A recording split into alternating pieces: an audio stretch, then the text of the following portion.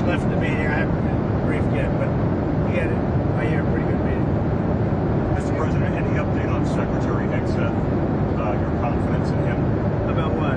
With Signal, having Signal on his I don't view Signal on his as... work computer. What do you think? I don't view Signal as important. I think it's fake news, really. I don't view it as important. You said you were going to be meeting with some leaders while you were in Rome. Is there anything else?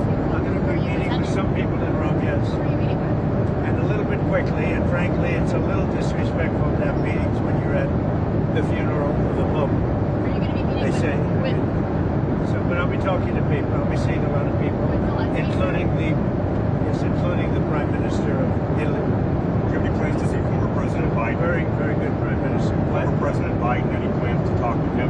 He's going to be there. I didn't know. I mean, it's not high on my list. It's really not. Sir, can I ask you about this judge in Wisconsin who was arrested because of immigration issues? What's going on with the case there? That's a terrible thing. The judge was arrested because he was housing a trendy Iroquois. Right? Is that the one you're talking about? It's pretty surprising. It's terrible. Mr. President? You said that you've spoken to President Xi multiple times. Is that since taking office, sir? I don't want to discuss that, but I'm speaking to a lot of people from China, but I'm speaking to people from all over the world on the tariffs, and we're making very good deals. Very good. It's going to make our country rich. We're not going to be ripped off like we have been for the last literally 50 years.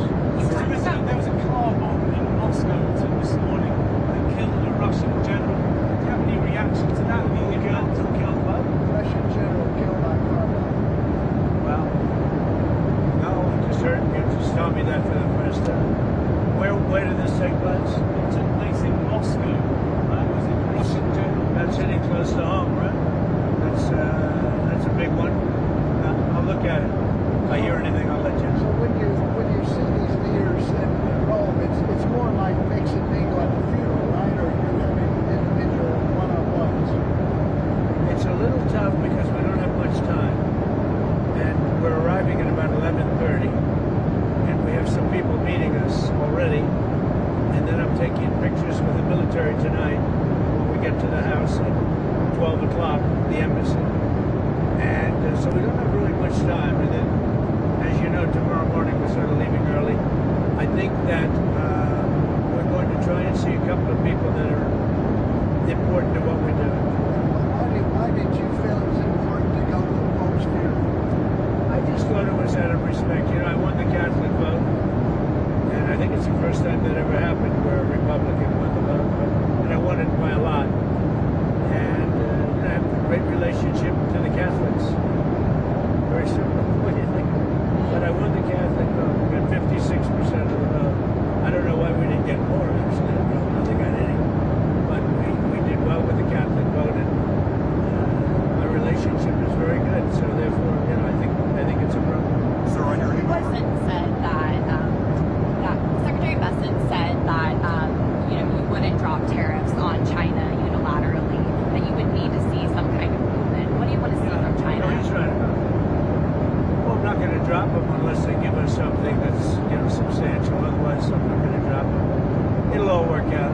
Those things always work out. We're working on a lot of projects right now. The wall is solved. The border is the most secure it's ever been. We're having a very hard time with judges because they don't want people to be moved out of the country. Shockingly, nobody's ever had this before. No other president. There's never been a time when this has ever become an issue where they talk about due process. When you have millions of people that you're moving out that are really bad people, very dangerous people, and you have a judge that wants every single one of them to have a trial. So they want us to have millions of trials, therefore.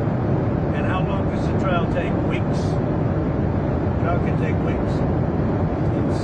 That's not what it's about. That's not what our country's about. And that's not what I got elected on. And these are judges that just want to, show how big and important they are. They're local federal judges, and they shouldn't be allowed to do it.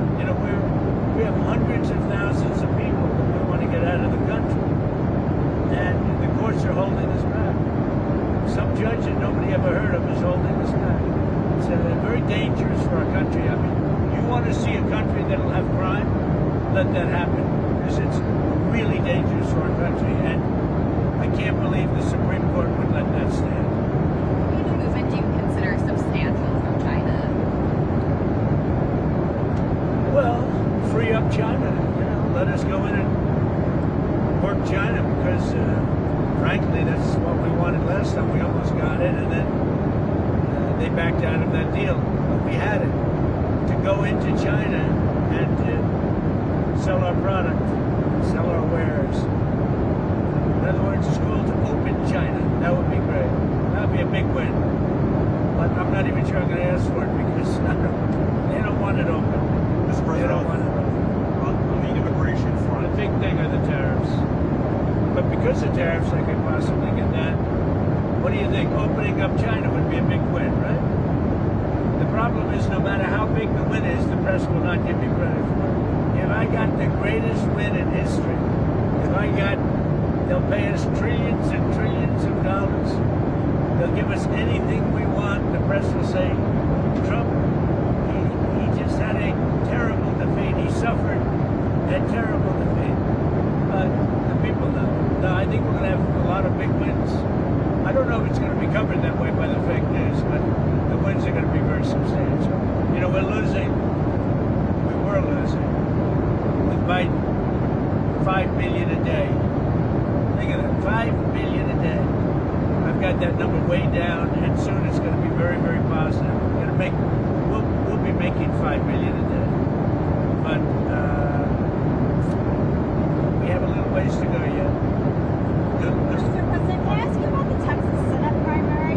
The Texas Senate primary with John Cornyn and Ken Paxton. Are you going to get involved? Have you talked to the candidates? Well, they're both friends of mine. I like them both. In a way, I wish they weren't running against each other. But I like Paxton. I like Cornyn. They're both good people. So I'll make a decision somewhere along the line. But you have two very good men. I have a question on your immigration agenda.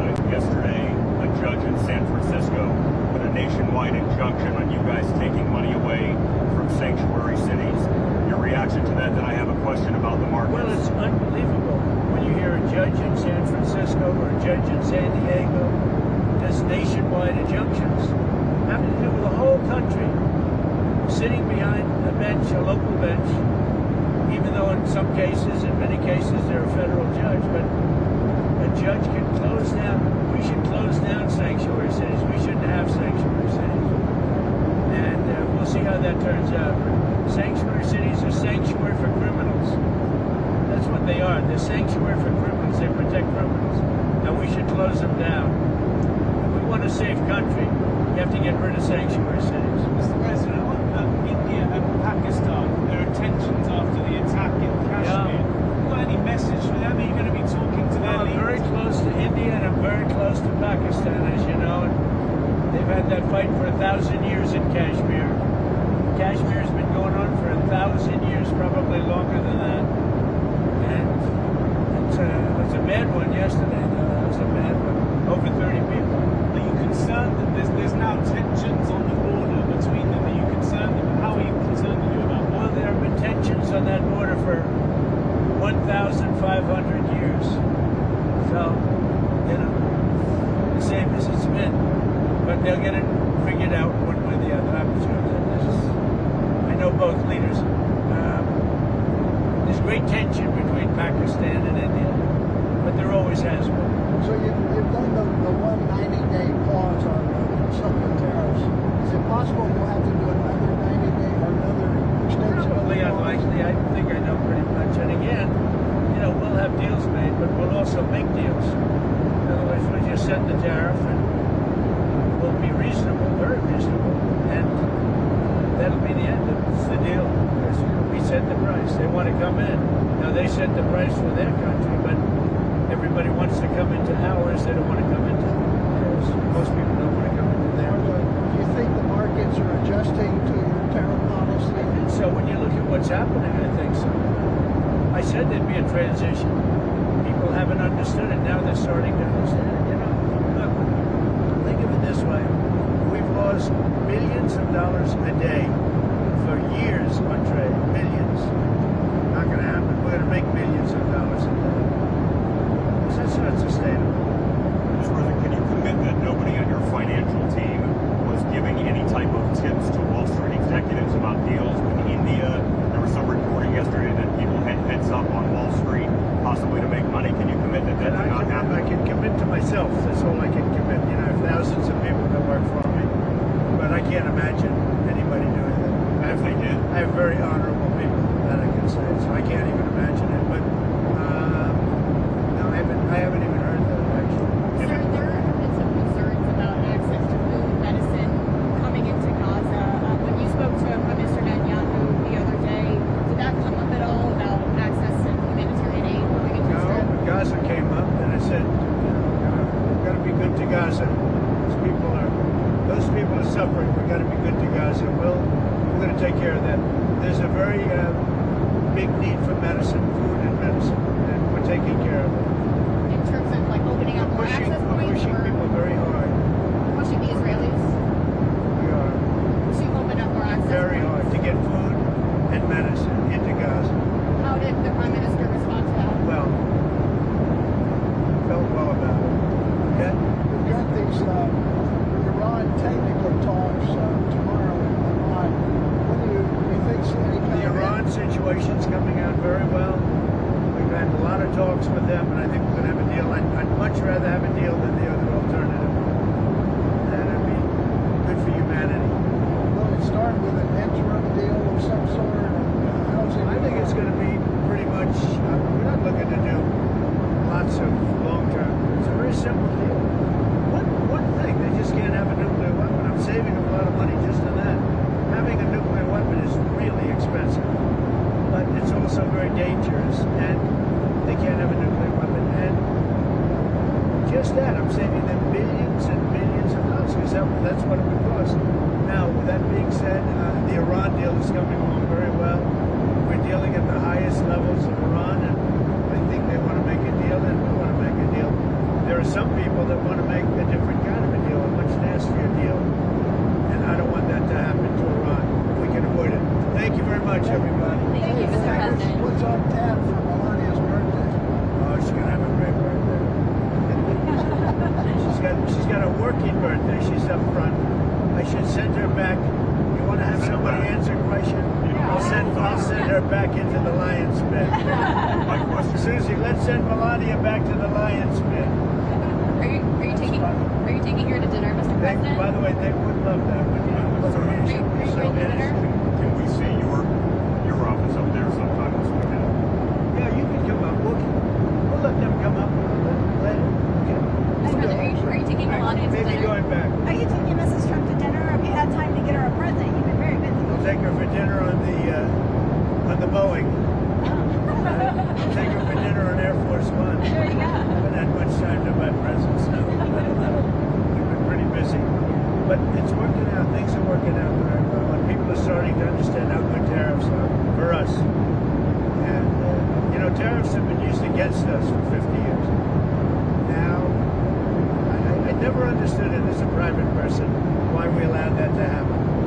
It goes back a long time, but I never understood it. Why did we allow that to happen? Where we couldn't go into China, but they could come here. We couldn't go into Europe, but they could come here. So many, every place. We couldn't go into India. They could come here. I never understood why they allowed that. And I don't blame the countries. I blame the presidents for allowing it to